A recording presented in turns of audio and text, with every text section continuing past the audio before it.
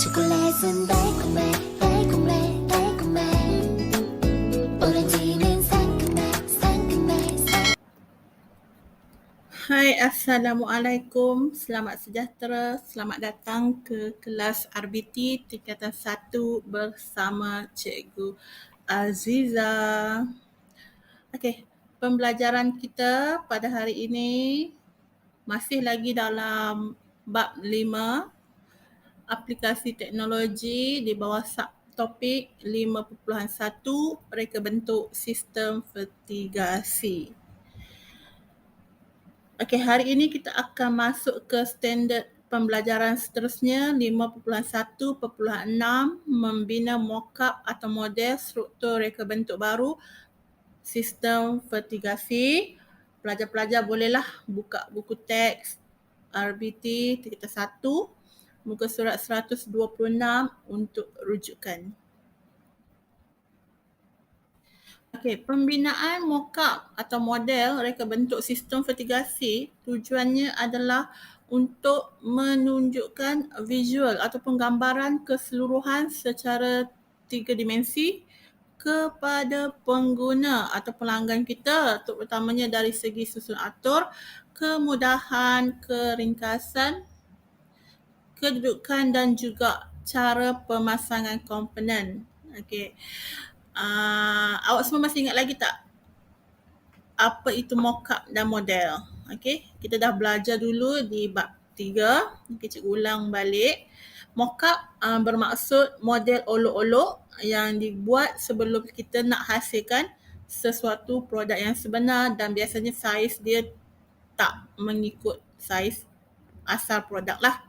Okey, model pula terbahagi kepada dua iaitu model separuh fungsi dan juga model berfungsi sepenuhnya dan selalunya mengikut saiz sebenar. Okey. Okey, pembinaan model reka bentuk sistem vertigasi. Sebelum kita nak bina sesuatu model ataupun mockup, kita perlulah pertama sekali membuat lakaran terlebih dahulu. Kerana apa? Kerana dengan lakaran kita lebih mudah nak tentukan di mana kedudukan tangki nutrien, di mana kedudukan pipe poli, tiup mikro, set penitis, polybag dan sebagainya. Okey. Kemudian barulah kita tentukan bahan dan alatan yang akan kita gunakan. Untuk contoh hari ini, kita akan belajar untuk membina model dan juga mockup bagi sistem vertigasi jenis jejari. Okey, kalau awak masih ingat lagi sebelum ni cikgu dah terangkan jenis-jenis sistem vertigasi iaitu kita ada dua jenis, sistem vertigasi jejari dan juga gegelang. Untuk hari ini kita hanya fokuskan kepada jejari dahulu. Okey, bahan-bahan yang kita perlukan yang kita boleh gunakan untuk membina mockup tersebut antaranya adalah botol minuman, straw ataupun penyedut minuman, cawan plastik, pengepit kertas, gunting, paku dan juga gam panas. Jom kita teruskan dengan langkah untuk membina model sistem vertigasi. Kita fokuskan menggunakan bahan kitar semula. Baik.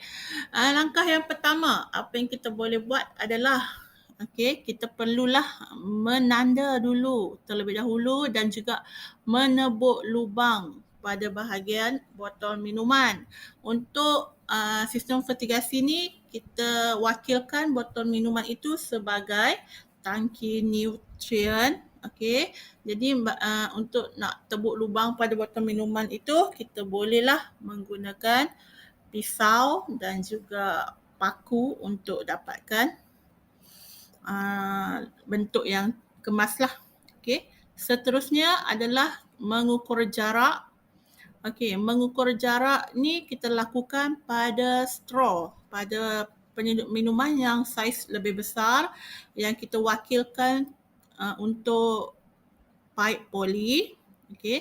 Kita ukur jarak ni untuk kita pasangkan straw yang lebih kecil mewakili tiup mikro nanti. Okey. Setelah ukur, sama juga kita akan tebuk menggunakan pisau dan paku. Okey, setelah siap mengukur, menebuk, okey, langkah seterusnya yang ketiga adalah kita perlulah mencantum straw tadi yang besar tadi ke botol minuman dengan kemas, dan langkah yang keempat menggunakan glue panas. Kita gamkan bahagian tersebut dan pastikan tiada kawasan yang berongga untuk mengelakkan air menitis keluarlah. Okey. Langkah yang kelima, apa yang kita perlu buat adalah kita memasang tiup mikro. Tiup mikro ni cikgu cakap tadi, kita gunakan straw yang lebih kecil yang di hujungnya ada macam gegelung tu kan. Itu mewakili penitis. Kita pasangkan pada pipe poli dan kita gamkan dengan kemas. Okey. Yang keenam, apa yang kita buat? Kita gulungkan, kita gulungkan pipe poli di hujungnya dan kita kepit menggunakan pengepit kertas. Okey. Dan yang terakhir sekali, sebelum kita lekatkan pada mounting board, kita labelkan terlebih dahulu bahagian-bahagian ataupun komponen-komponen tersebut seperti tangki nutrien pada botol minuman, polybag ataupun bekas tanaman pada cawan minuman tersebut kan. Kita labelkan, kita letak, susun, kita adjust cantik-cantik, kemas-kemas, kemudian kita gamkan pada mounting board kita. Okey, itu 7 langkah lah membina model. Selepas ni kita akan cuba buat nanti dalam kelas amali kita. Cikgu harap perkongsian cikgu pada hari ini boleh membantu awak mendapatkan gambaran lah. Okey. Setelah kita membuat pembinaan model, apa langkah seterusnya yang kita perlu lakukan adalah kita perlu buat pengujian. Awak boleh rujuk buku teks muka surat 128. Terdapat 2 ujian yang kita boleh lakukan untuk menilai model kita, sama ada kita lakukan ujian titisan terhadap model separuh fungsi ataupun kita lakukan ujian sambungan terhadap mock-up. Okey. Seterusnya, mari kita tengok jadual 5.4. Okey. Ini contoh lah contoh ujian yang kita boleh lakukan dan keputusannya.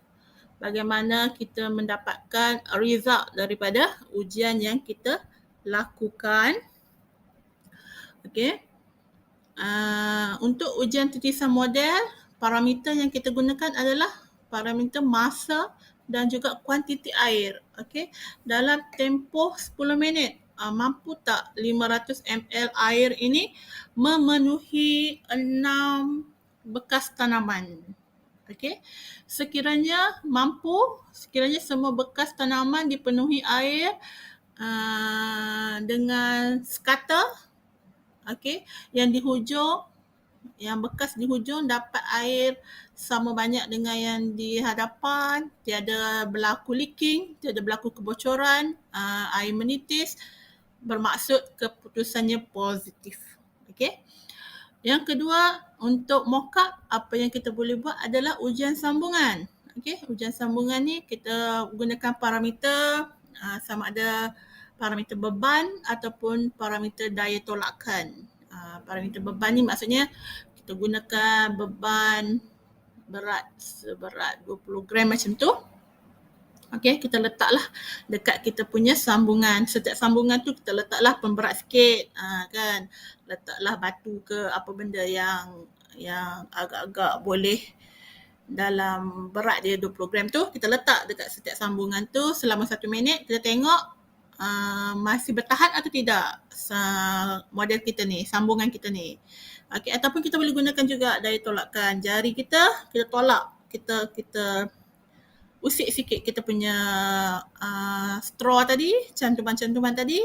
Kalau dia stabil, dia masih kukuh, bermaksud keputusannya positif kerana tak ada sambungan yang tertanggal. Okey, sekiranya terdapat sambungan yang terbuka sama ada pada mock-up ataupun pada model, maka penambahbaikan perlulah dilakukan pada bahagian-bahagian tersebut. Okey, itu sahaja pembelajaran kita untuk hari ini.